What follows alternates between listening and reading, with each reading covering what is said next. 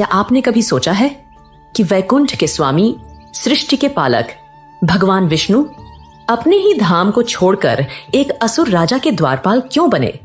ये कहानी सिर्फ एक अवतार की नहीं, ये कहानी है एक वचन की, एक छल की और उस भक्ति की जिसने स्वयं भगवान को भी एक बंधन में बांध लिया था। ये कहानी उस रहस्य से शुरू होती है जब माता लक्ष्मी ने अपने ही पति को वैकुंठ में नहीं पाया। वैकुंठ, जहां आनंद की धारा बहती थी, आज वहां महीनों से एक सन्नाटा पसरा था। ब्रह्मांड के स्वामी अपने सिंहासन पर नहीं थे। माता लक्ष्मी का हृदय व्याकुल था। उन्हें पता था कि उनके प्रभु कहां हैं, पर वो उन्हें वापस लाने में असमर्थ थीं। देवर्षि नारद वीणा बजाते हुए प्रवेश करते हैं। नारायण नारायण माते, आपके मुख पर ये चिंता की लकीरें। त्रिलोक में सब कुशल तो है, प्रभु कहाँ हैं? प्रणाम देवर्षि। क्या कुशल कहूं, जिनके होने से ही सब कुशल होता है, वही यहाँ नहीं है। मेरे स्वामी, मेरे नारायण पाताल लोक में है। पाताल लोक में? पर क्यों माते? वहां तो असुर सम्राट बलि का शासन है। प्रभु वहां क्या कर रहे हैं? वही तो मेरे दुख का कारण है नारद। वो राजा बलि के द्वारपाल बने हुए हैं। क्या? ये तो असंभव है। देवों के रक्षक एक असुर के प्रहरी? ये कैसे हुआ माते? इस अनहोनी के पीछे की कथा क्या है? ये कथा शुरू होती है एक भक्त के अहंकार से, एक गुरु की चालाकी से और मेरे प्रभु के एक छल से।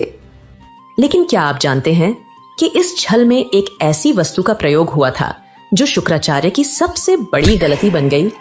वो वस्तु क्या थी? इसका जवाब हम वीडियो के अंत में आपसे पूछेंगे, तो कहानी को ध्यान से देखिएगा। कि है जब धरती पर एक ऐसा राजा था जिसके दान के चर्चे देवलोक तक में थे। वो था प्रहलाद का पौत्र, असुर सम्राट बलि। बलि अपने दादा की तरह ही विष्णु भक्त था, पर उसकी भक्ति में एक सूक्ष्म अहंकार था। गुरुदेव, मेरी तपस्या और मेरे दान ने मुझे इंद्र से भी महान बना दिया है। स्वर्ग पर मेरा अधिकार है। अब केवल एक अंतिम अश्वमेध यज्ञ शेष है। उसके पूर्ण होते ही मैं त्रिलोक का स्थायी स्वामी बन जाऊंगा। बलि, तुम्हारी शक्ति असीमित है, इसमें कोई संदेह नहीं, पर याद रखना, देवता छल करने में माहिर है और तुम्हारे दादा को स्वयं नारायण का वरदान प्राप्त था कि वो तुम्हारे वंश का विनाश नहीं करेंगे, लेकिन वो छल से तुम्हें रोक सकते हैं। मुझे किसी अनिष्ट की आशंका हो रही है। आप व्यर्थ चिंता करते हैं गुरुदेव। अगर स्वयं नारायण भी मेरे सामने याचक बनकर आ जाएं, तो मैं उन्हें भी खाली हाथ नहीं लौटाऊंगा। मेरा वचन ही मेरा धर्म है। यज्ञ की तैयारी शुरू कीजिए। बलि जब वो विशाल यज्ञ कर रहा था, उसी समय दरबार में एक छोटा सा ब्राह्मण आया, वामन, जो कि विष्णु का 5वां अवतार था। महाराज, एक अद्भुत ब्राह्मण कुमार आपसे भिक्षा लेने आए हैं। उनका तेज देखकर लगता है जैसे स्वयं सूर्य धरती पर उतर आए हों। मेरे यज्ञ के समय आया याचक, ये तो मेरा सौभाग्य है। उसे सम्मान के साथ अंदर लाओ। वामन रूपी विष्णु धीरे धीरे चलकर बलि के सिंहासन के पास आते हैं।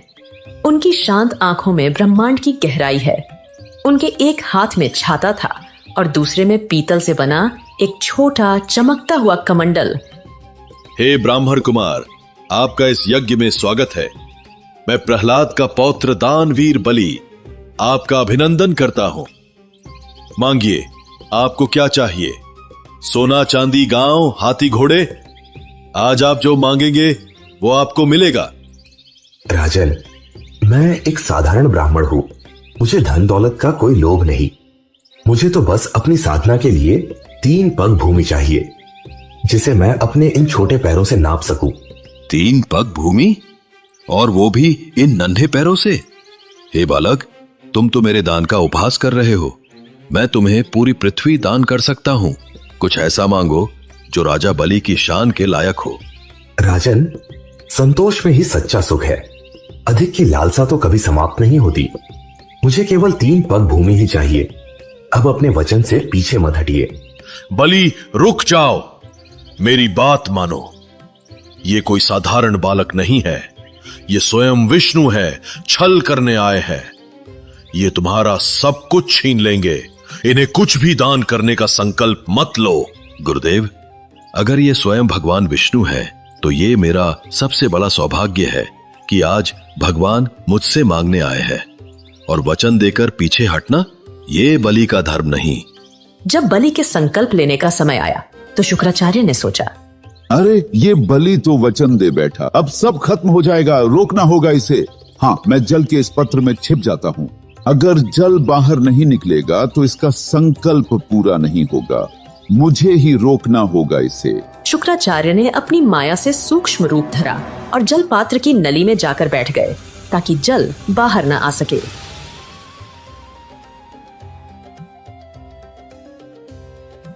अरे, जल क्यों नहीं निकल रहा? वामन सब समझ रहे थे। तभी वामन मुस्कुराए और उन्होंने सूखी नुकीली कुश घास का एक तिनका उठाया और मुस्कुराते हुए उसे पात्र की नली में डाल दिया। बलि ने अपना संकल्प पूरा किया और जैसे ही ये शब्द उसके मुख से निकले, इतिहास ने एक नया मोड़ लिया।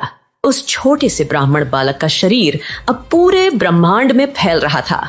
वो वामन नहीं, अब त्रिविक्रम थे। उन्होंने अपना पहला कदम उठाया और एक ही पग में समस्त भूलोक नप गया।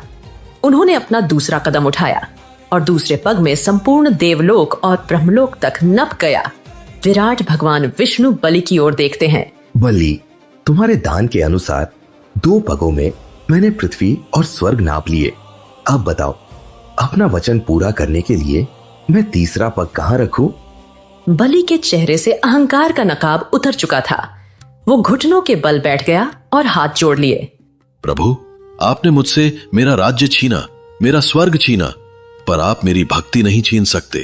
ये शरीर नश्वर है, अगर कुछ बचता है तो वो है मेरा अहंकार। प्रभु, तीसरा पग मेरे इस अहंकार से भरे मस्तक पर रखिए और मुझे मुक्त कर दीजिए। नारायण की भक्ति तभी पूर्ण होती है जब उसमें प्रेम हो और स्मरण भी।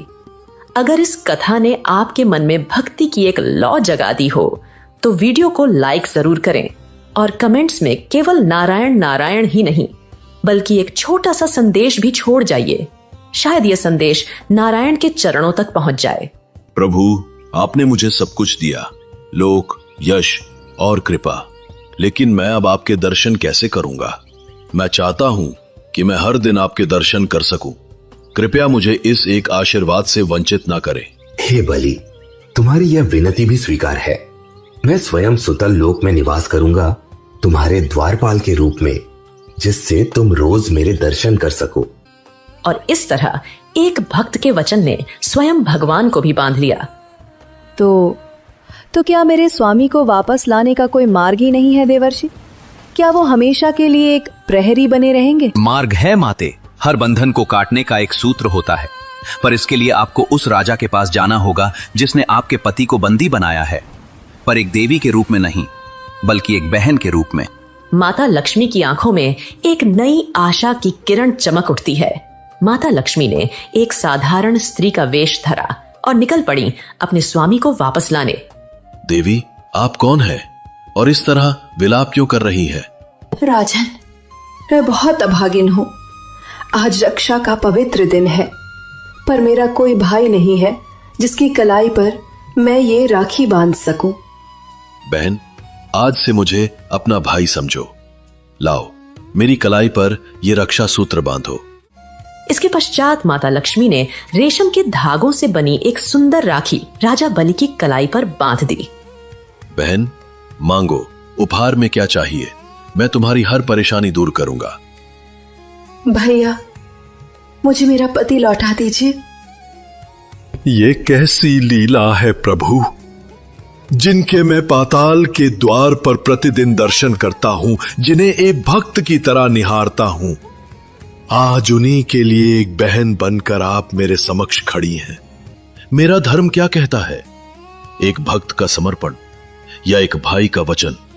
एक पल की खामोशी के बाद बलि के चेहरे पर एक शांत मुस्कान आती है और वो हाथ जोड़ लेते हैं। नहीं, राजा बलि हार सकता है, पर एक भाई नहीं। माते, आपने मुझे भाई बनाकर धन्य कर दिया। आपका पति आपका है, आप प्रभु को अपने साथ ले जा सकती हैं। राजा बलि, आज श्रावण मास की ये पूर्णिमा इतिहास में रक्षाबंधन के नाम से जानी जाएगी। ये त्योहार भाई बहन के पवित्र प्रेम और वचन का प्रतीक बनेगा।